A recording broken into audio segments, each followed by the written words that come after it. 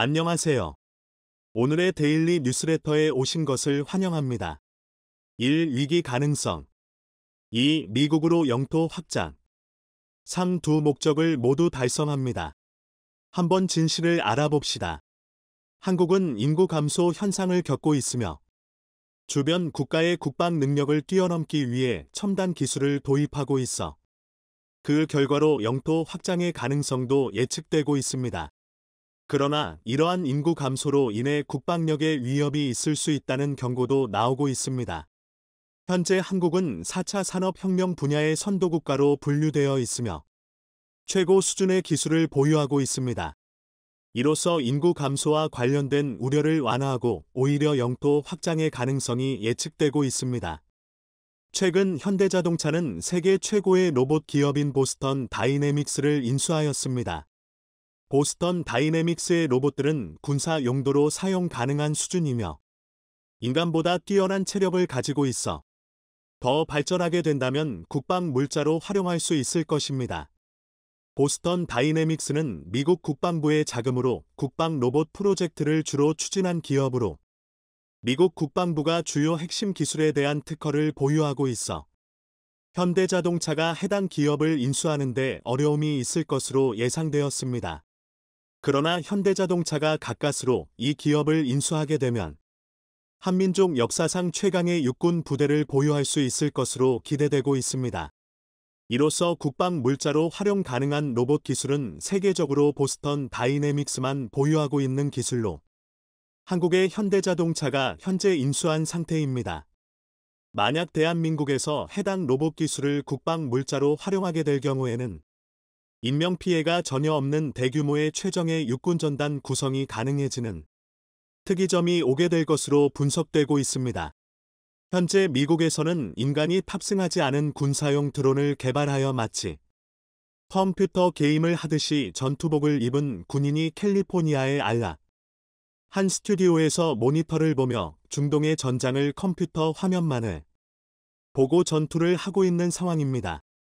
이 때문에 도덕적으로 문제가 있다는 지적이 나오기도 했으나 이 시스템을 도입한 이후로는 전사자 수가 공명을 기록하게 될 만큼 엄청난 혁명을 이룩하고 있습니다. 우리 한국에서도 그러한 원격 전투 시스템을 도입해서 육군의 전투 현장에 도입시킬 수 있을 것으로 분석되고 있습니다.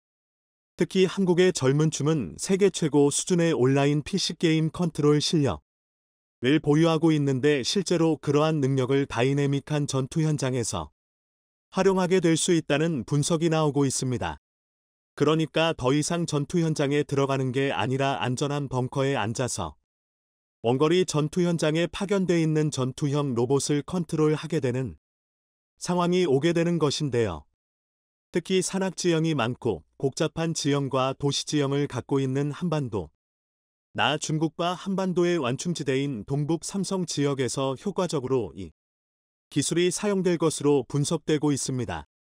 과거 중국은 한국전쟁이 시기 동안에 인해전술을 통해 한반도 통일을 눈앞에 둔 우리 국군과 연합군을 좌절시킨 적이 있습니다. 최근 중국은 한반도 유사 사태 시 북한의 점령 방안을 구체적으로 세워놓고 있을 뿐 아니라 동북공정 사업을 통해 고구려사에 이어서 백제사 편입까지 시도를 하고 있는 상황입니다.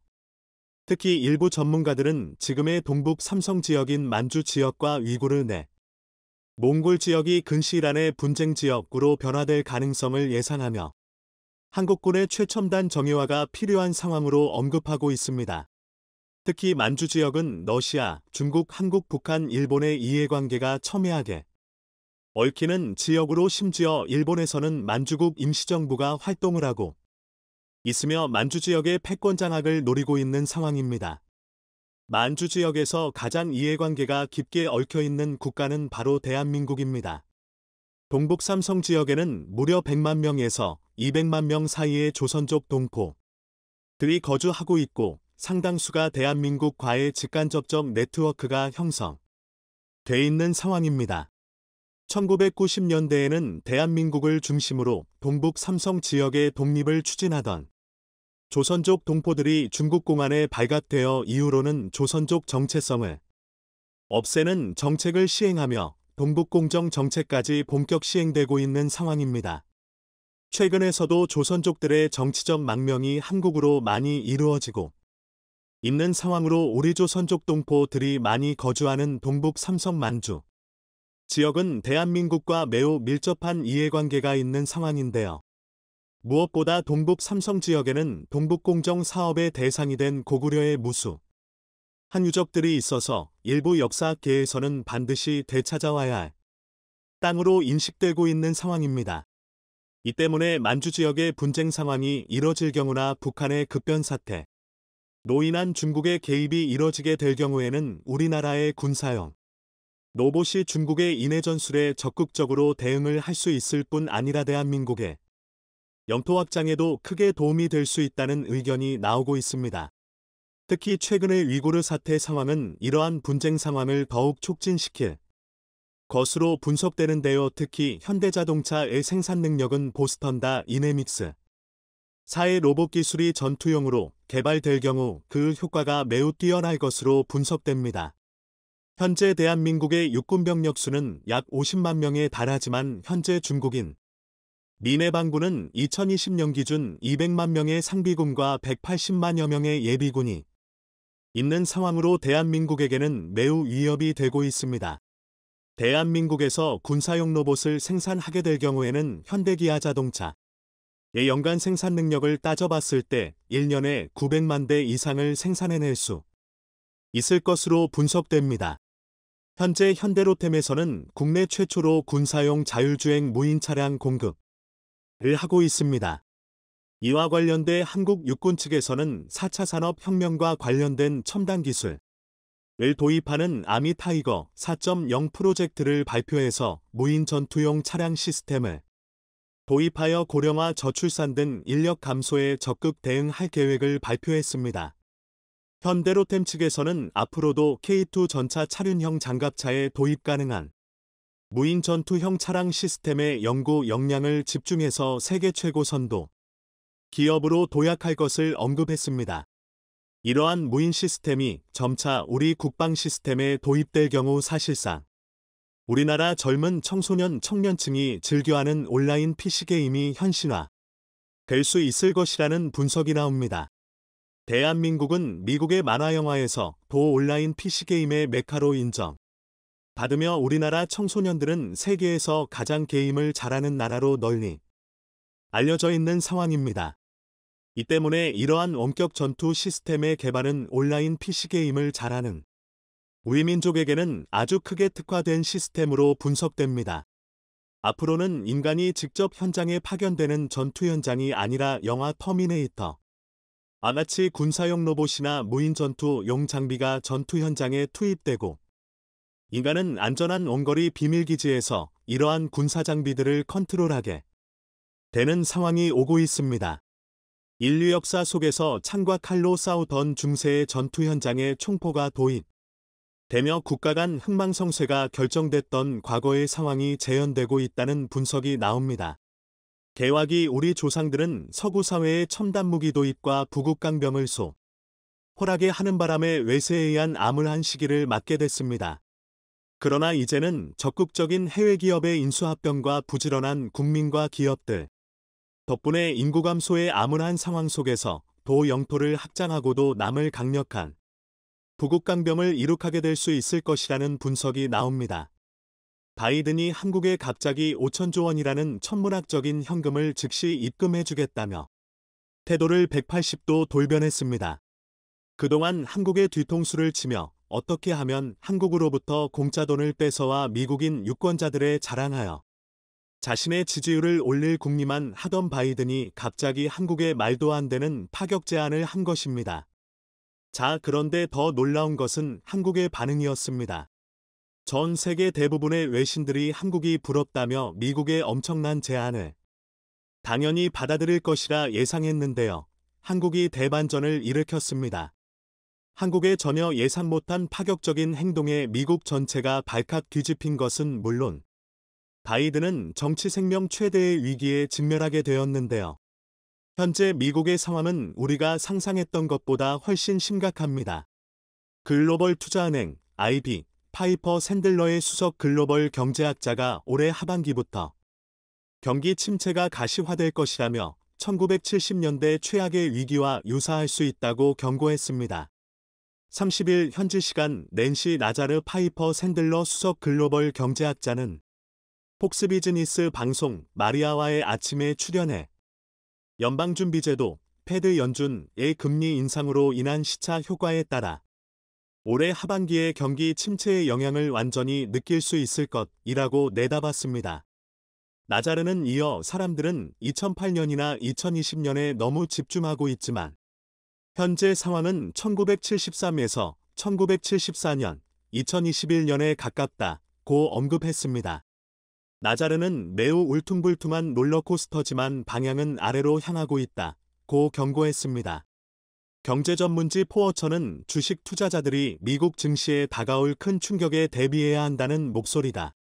JP모건 및 골드만삭스 연구원으로부터 나오고 있다고 보도했습니다.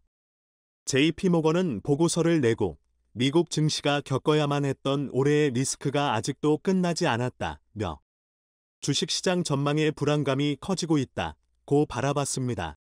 자, 그런데 이건 시작에 불과합니다. 할리우드 배우들이 영화 촬영장 대신 거리로 몰려나왔습니다. 14일 현지 시간 자정부터 파업에 들어간 미국 배우 방송인 노동조합 SHAFTRA 이하 배우조합은 이날 오전 10시께 현지 시간 대기업 스튜디오, 사무실과 방송사가 밀집한 로스앤젤레스, 라와 뉴욕 거리에서 피켓을 들고 시위를 벌이기 시작했습니다. 지난 한 달여간 넷플릭스, 디즈니, 디스커버리 워너 등 대기업 스튜디오를 대표하는 영화 TV 제작자연맹 AMPTP과 새 계약 내용을 놓고 줄다리기를 벌인 끝에 협상이 결렬되자 전날 파업을 선언하고 거리로 나온 것입니다. 배우조합의 파업은 1960년 이후 43년 만으로 프렌 드레셔 작가조합 회장은 이번 파업과 협상은 모두에게 영향을 미칠 것이라며 탐욕스러운 과대망상증 환자들에게서 이 상황의 지배권을 가져오지 못하면 우리 모두 생계를 잃을 위기에 놓일 것이라고 강조했습니다. 미국 엔터업계에 종사하는 수천만 명의 시민들은 물론 전 세계 엔터업계가 초비상사태로 난리가 났습니다. 미국의 위기는 이것이 끝이 아니었습니다. 조 바이든 미국 대통령이 최근 미국 예비군 3,000명을 동원해 유럽에서 작전에 투입할 수 있도록 하는 행정명령을 승인했다는 충격적인 소식이 전해졌습니다. 바이든 대통령은 이날 성명을 통해 미국 유럽사령부의 책임 지역 안팎에서 대서양 작전의 효과적 수행을 위해 현역 군인을 늘릴 필요가 있다고 결정했다고 밝혔습니다. 이번 행정명령으로 동원된 예비군은 현역과 같은 수준의 급여와 지원을 받게 되며 유럽에 배치되는 예비군의 가족과 부양가족에게도 지원이 제공됩니다. 이 같은 결정은 우크라이나와 전쟁 중인 러시아를 억제하기 위한 것이며 동시에 유럽에 주둔한 미군 병력이 큰 타격을 입고 있다는 징후라고 WP는 분석했습니다. 이렇게 미국이 전례 없는 위기에 처하자 조 바이든 미국 대통령의 지지율은 끝을 모르고 추락하고 있습니다. 지난해까지만 해도 57%에 육박했던 바이든의 지지율은 40%까지 추락했고 바이든을 쫓아내야 한다는 미국인들의 비율이 무려 54%에 육박하고 있습니다. 자, 그런데 바이든이 이렇게 자신의 지지율이 떨어질 때마다 한국을 희생양으로 삼았는데요. 이번에 또 충격적인 일을 벌였습니다. 이렇게 자신의 지지율이 폭락할 때마다 한국 기업들을 차별하고 괴롭히면 지지율이 오르는 점을 이용한 것입니다.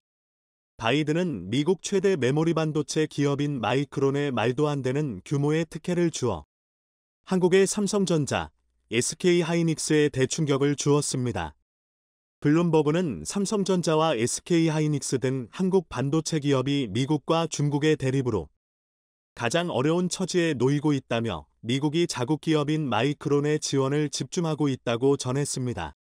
특히 마이크론은 뉴욕주에 앞으로 최대 1천억 달러, 약 130조 7천억 원을 들여 대규모 메모리 반도체 생산단지를 건설하겠다는 방침을 발표했는데요. 지원금 규모가 한국 기업들의 수배에 달하는 것으로 알려지면서 미국 기업에만 말도 안 되는 특혜를 주고 있다는 비판을 받고 있습니다. 마이크론이 정부 지원 확대에 힘입어 반도체 생산 공장 건설 및 가동의 속도를 낸다면 자연히 삼성전자와 SK하이닉스는 타격을 받게 될 수밖에 없습니다. D램과 낸드 플래시 등 메모리 반도체 분야에서 삼성전자와 SK하이닉스, 마이크론이 직접 경쟁하며 고객사 물량 수주와 시장 점유율을 두고 맞대결을 벌이고 있기 때문입니다. 그러면서 삼성전자나 SK하이닉스가 미국에서 기존의 바이든이 약속했던 보조금을 받기 위해서는 추가 조건을 내걸면서 더욱더 까다롭게 만들고 있습니다. 반도체 공장 근로자 복지 증진과 노조 활성화 등은 물론이고 최근에는 이보다 훨씬 더 까다로운 조건들을 요구한 것으로 알려지면서 큰 충격을 주고 있습니다. 이뿐만이 아닙니다. 미국 기술 업체가 특허권을 침해당했다며 삼성전자를 상대로 낸 소송에서 3억 300만 달러, 약 4,035억 원을 배상하라는 판결이 나왔습니다. 로이터 통신은 미국 업체 넷리스트가 삼성전자를 상대로 텍사스주 연방동부지방법원에 낸 소송에서 배심원단이 6일간 심리 끝에 21일 이런 금액을 배상하라는 판결을 내렸다고 보도했습니다.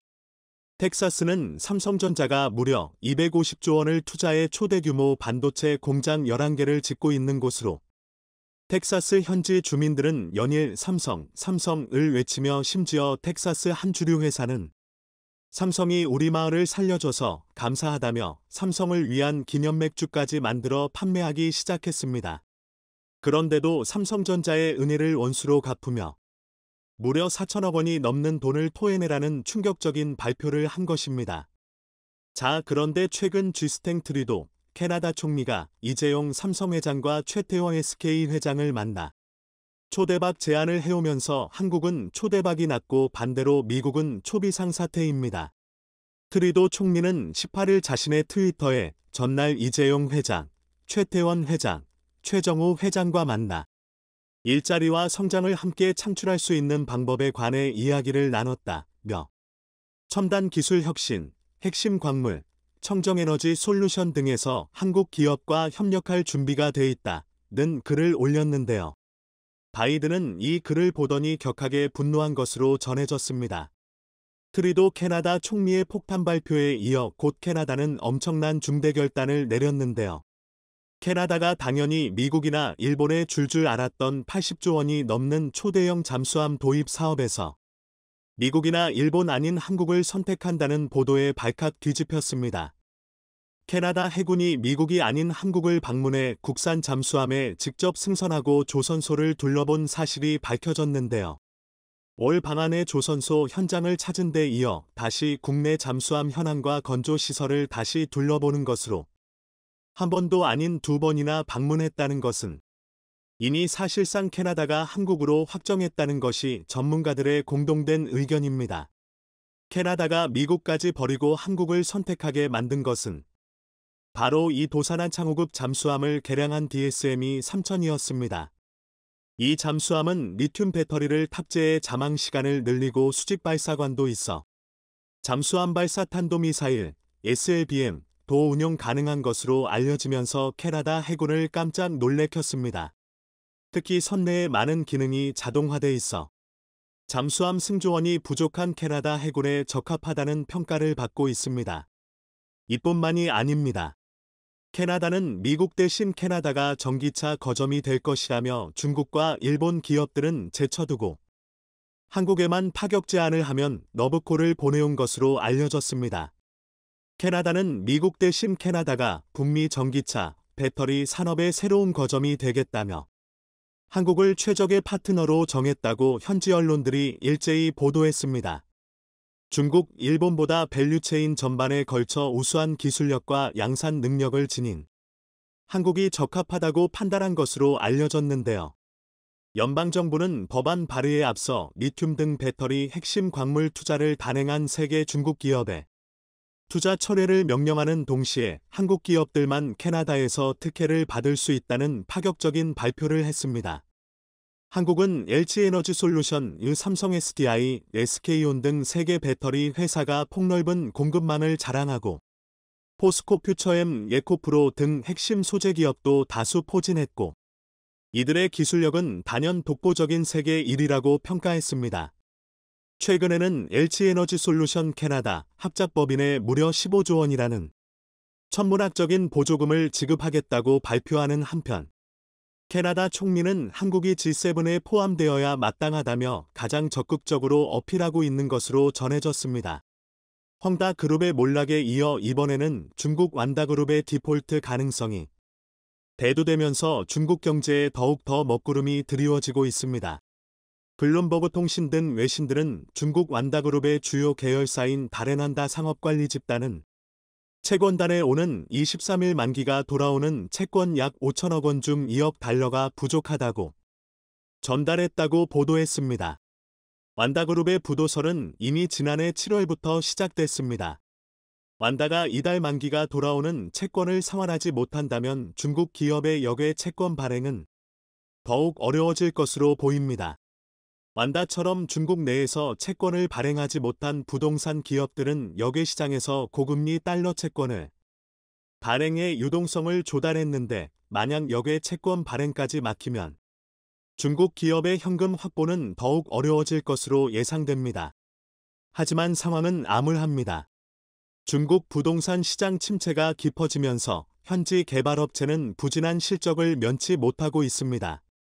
중국 대형 부동산 개발업체인 헝다는 전날 2021년과 2022년 실적을 뒤늦게 발표하면서 2년 누적 8,120억 위안의 순손실을 냈다고 밝혔는데요.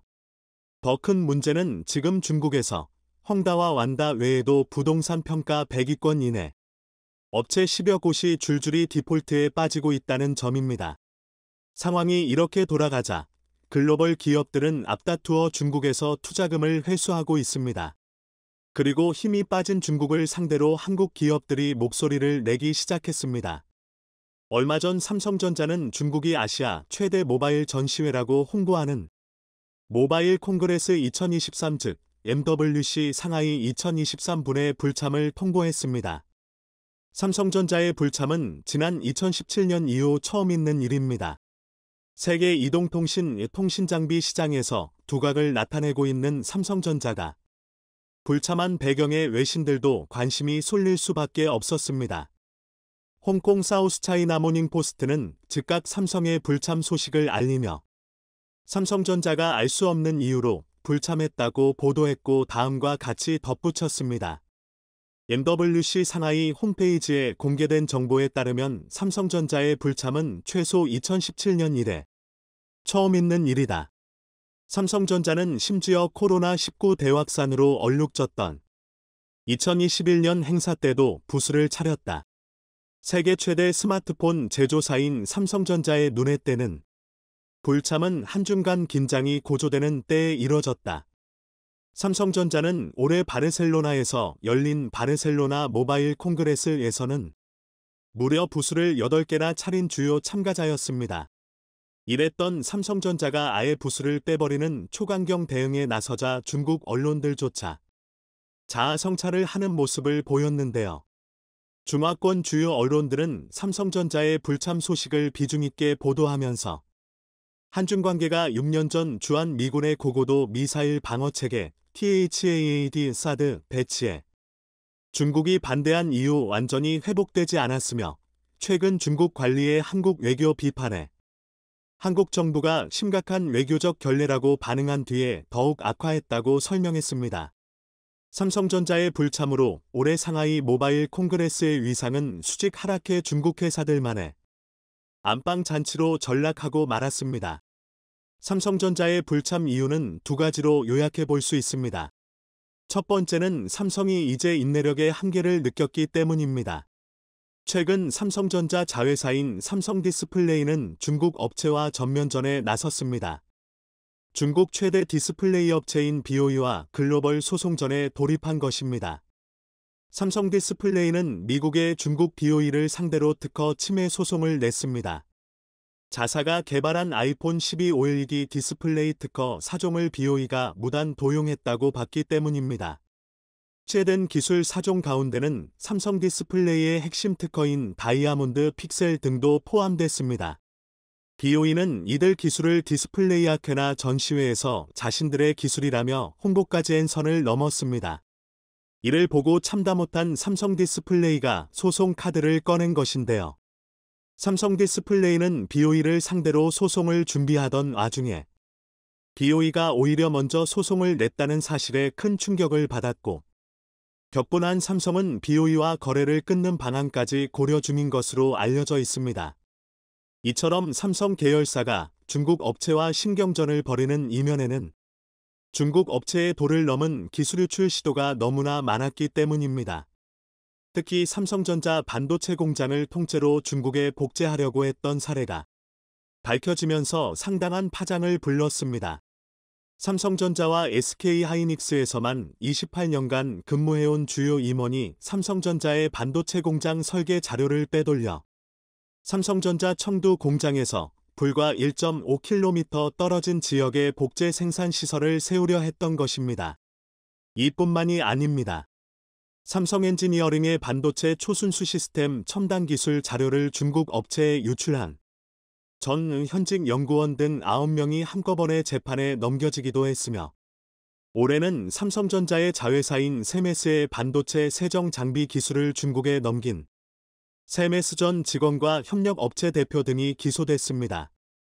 이처럼 중국 기업들이 선을 넘자 참다 못한 삼성 계열사들이 단호한 대응에 나선 것입니다. 결국 인내심의 한계가 온 삼성은 BOE를 완전히 손절하고 디스플레이 분야에서 H와 손을 잡았습니다. 기술 도둑 중국 BOE의 적발하장에 질린 나머지 BOE를 손절하고 H와 손을 잡아 한국 업체들끼리 더 끈끈한 협력을 할 전망인데요. 다음으로 삼성이 상하이 모바일 콩그레스에 불참한 두 번째 이유는 자신감입니다. 인도 시장에서 삼성 스마트폰은 샤오미를 제압하고 1위에 올랐습니다. 반면 샤오미는 인도 당국으로부터 조세 포탈 혐의로 1조 원대에 달하는 취익 및 압수를 당했는데요. 여기에 불만을 품은 샤오미는 인도 현지 직원을 30%나 대량 해고시켜 버렸지만, 이는 인도 국민들의 심리를 더 거스르는 결과만 초래하고 말았습니다. 샤오미 등 중국 스마트폰 업체들은 2014년부터 인도에 진출한 이후 이도 휴대전화 사용자 2명 중 1명이 중국산을 쓸 정도로 시장을 장악한 상태였고, 이 중 샤오미의 점유율이 25%에 달했습니다. 그런데 최근 삼성전자가 인도에서 점유율 1위에 오르자 위기감을 느낀 샤오미는 부랴부랴 오프라인 매장을 확대하고 있습니다. 대량 해고를 하자마자 소매점을 늘리겠다며 인도 시장 달래기에 나선 겁니다. 하지만 이마저도 결국 삼성의 전략을 베낀 것이며 이미 늦었다는 평가를 받고 있습니다. 그동안 샤오미는 주로 아마존 등 온라인을 통해 저가폰을 판매하는 방식으로 인도 시장을 공략했습니다. 하지만 삼성전자가 고가폰으로 무섭게 치고 올라오자 위기감을 느낀 것으로 보입니다. 삼성전자는 매장 판매 비중이 57%에 달합니다. 삼성은 휴대폰을 매장에서 살 수 있다는 이미지를 심어주면서 고급화 전략에 성공했습니다. 업계에 따르면 삼성전자는 지난해 4분기부터 샤오미를 제치고 인도 스마트폰 시장 판매 1위를 차지하고 있습니다. 시장 점유율은 약 20%로 샤오미의 16%보다 앞섰습니다. 인도의 스마트폰 사용자 수는 무려 6억 명에 달합니다. 즉 인도 시장은 생존을 위해 반드시 잡아야 할 시장인데, 삼성이 1위로 치고 올라오자 다급해진 샤오미는 삼성전자를 따라하기 시작했습니다. 현재 1만 8천 개 수준인 오프라인 매장을 더 늘리고 매장 홍보요원의 수도 현재보다 3배 많이 뽑겠다고 발표한 것입니다.